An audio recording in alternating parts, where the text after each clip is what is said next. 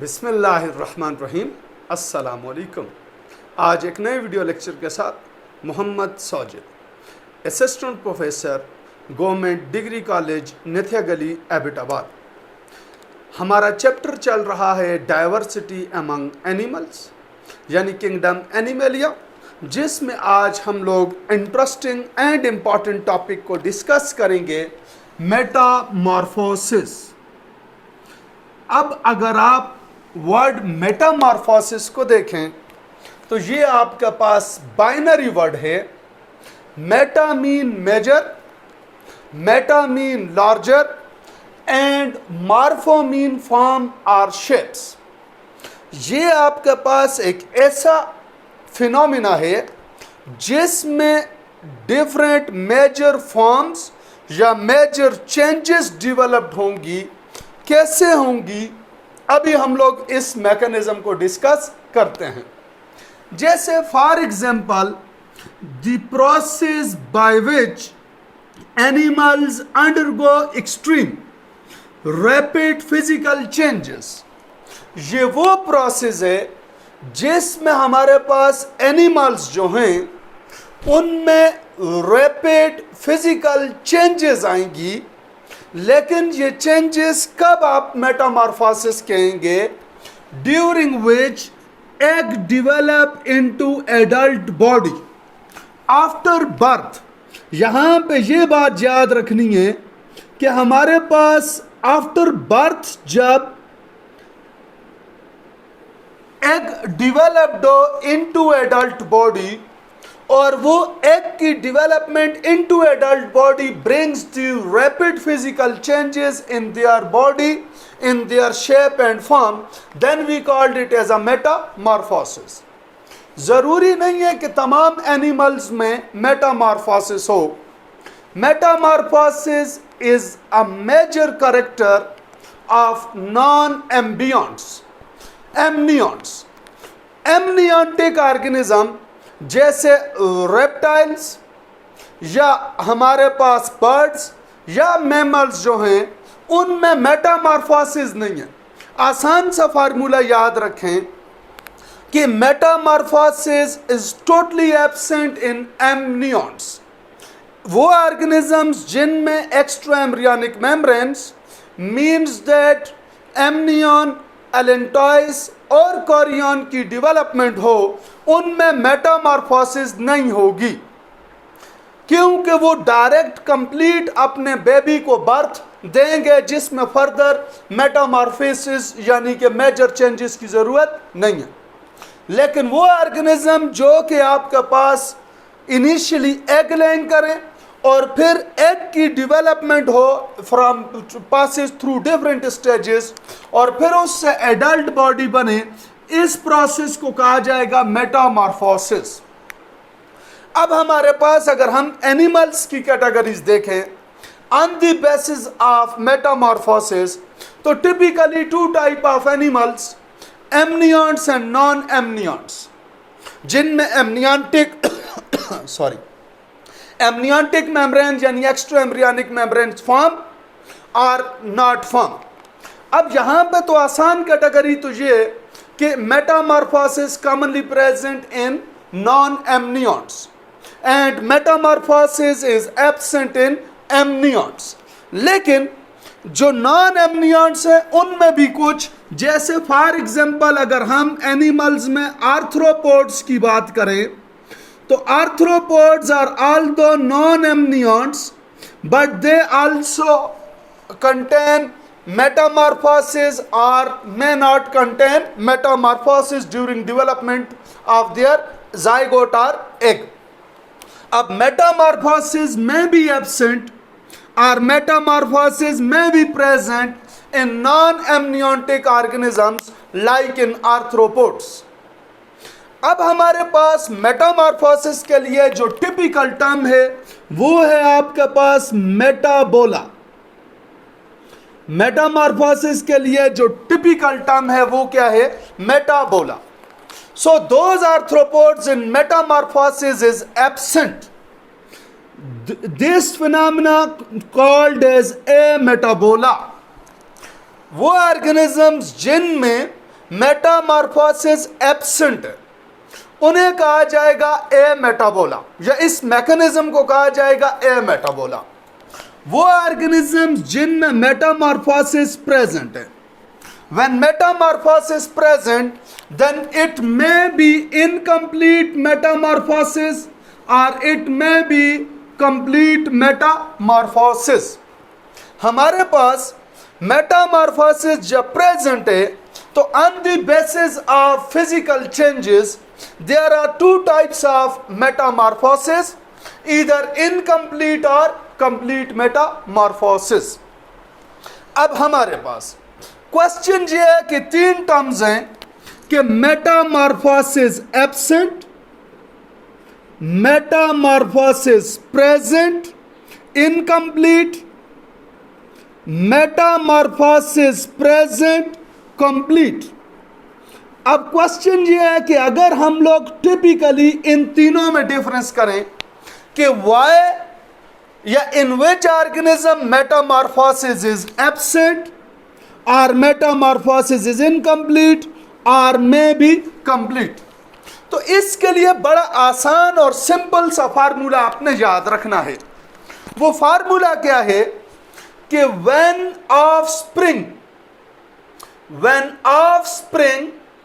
is totally resembled with their parents, for complete resemblance we will indicate the complete resemblance by the symbol of equality। यानी simply हम लोग यहां पे symbol of equality use करेंगे कि offspring is resembled, offspring is equal, and equal mean completely resembled with their parents।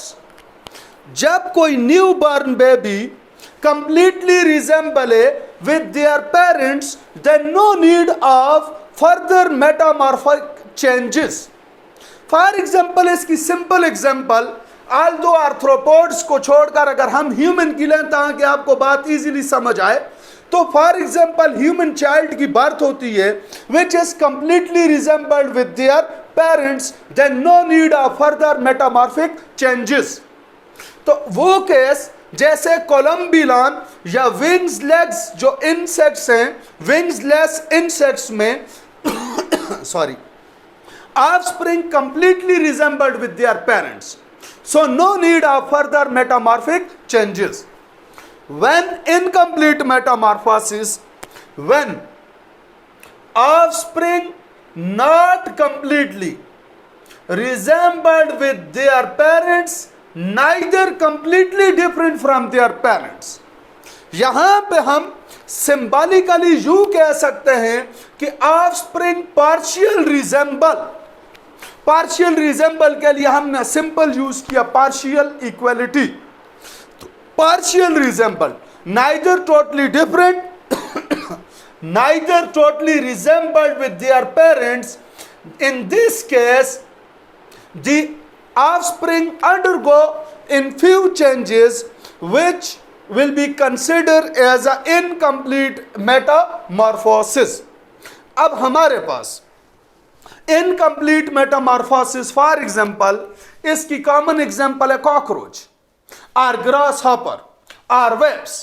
तो अगर आप ग्रास हॉपर के न्यू ऑफस्प्रिंग को देखें तो that newborn baby not completely resembled either with their parent, not completely similar with their parents, therefore that will be undergo in a small changes, therefore this phenomena is known as incomplete metamorphosis।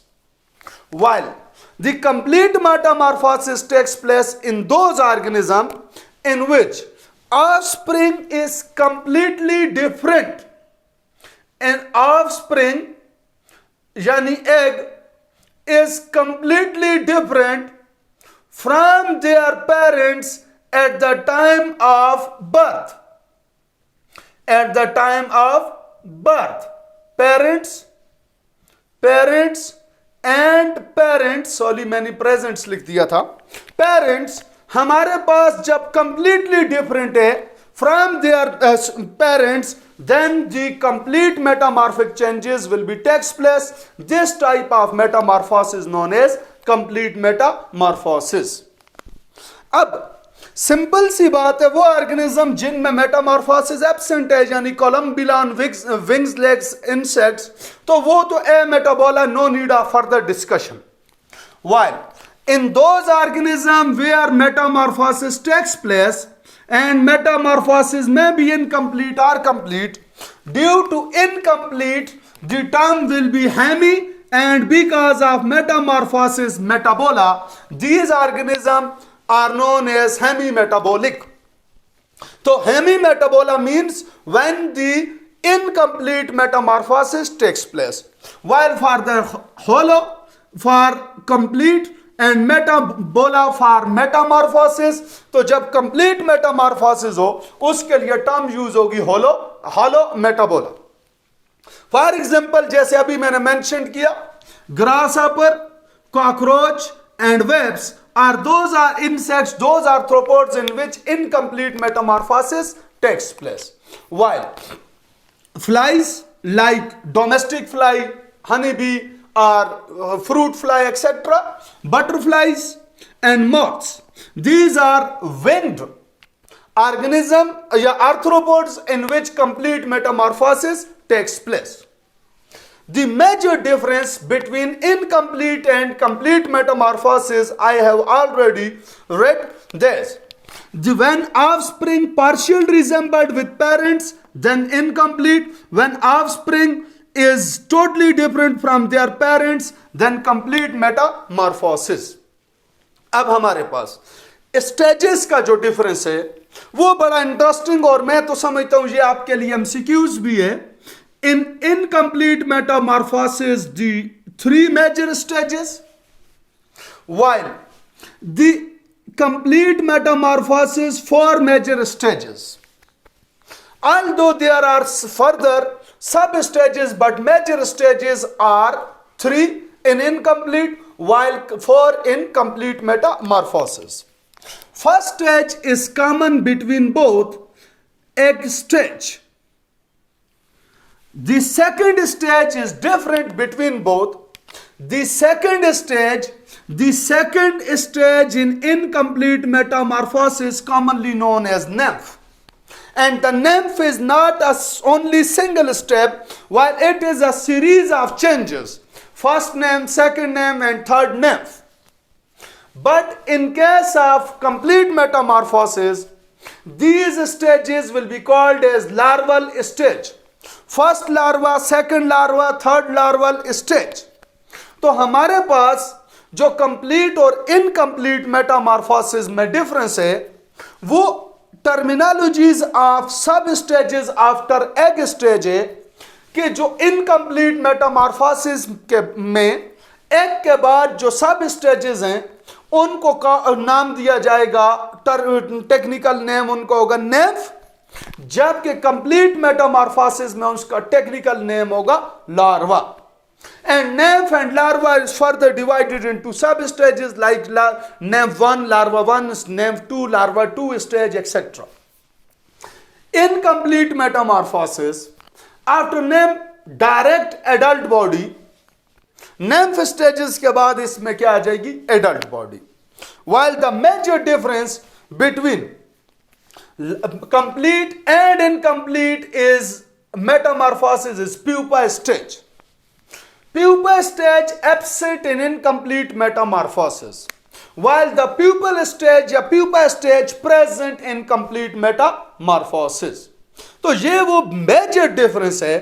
और pupa वो stage है जिसमें longest period के लिए कोई भी winged insects dormant form में रह सकता है. And then after pupal stage, finally adult body. तो ये आपके पास डिफरेंसेस थे between complete and incomplete Metamorphosis.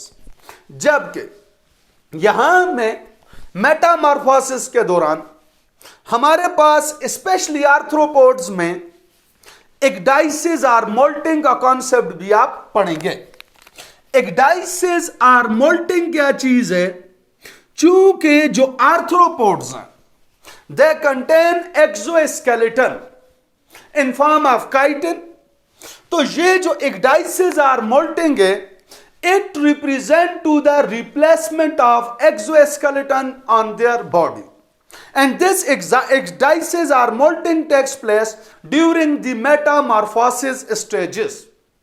याद रखना है कि हमारे पास जो आर्थ्रोपोड्स हैं उनमें एक्सोस्केलेटन होता है, और वो एक्सोस्केलेटन की प्रॉपर्टी ऑलरेडी हम लोगों ने डिस्कस की थी कि exoskeleton will be rigid, hard, out of body, out of muscles and dead.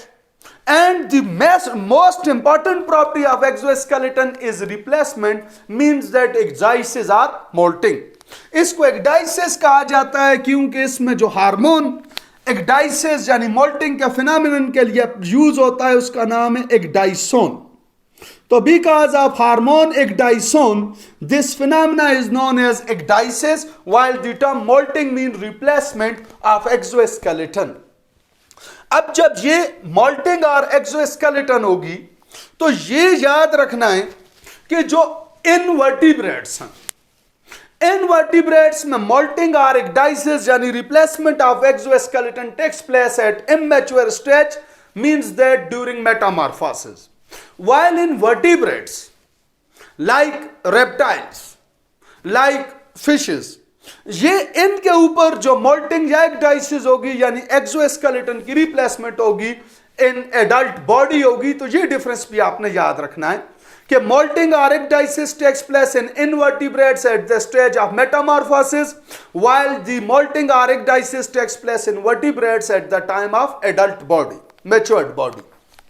अब यहां पे मोल्टिंग या ecdysis के बाद दो टर्मिनोलॉजीज आपको याद होनी चाहिए जो आपके सिलेबस में भी हैं.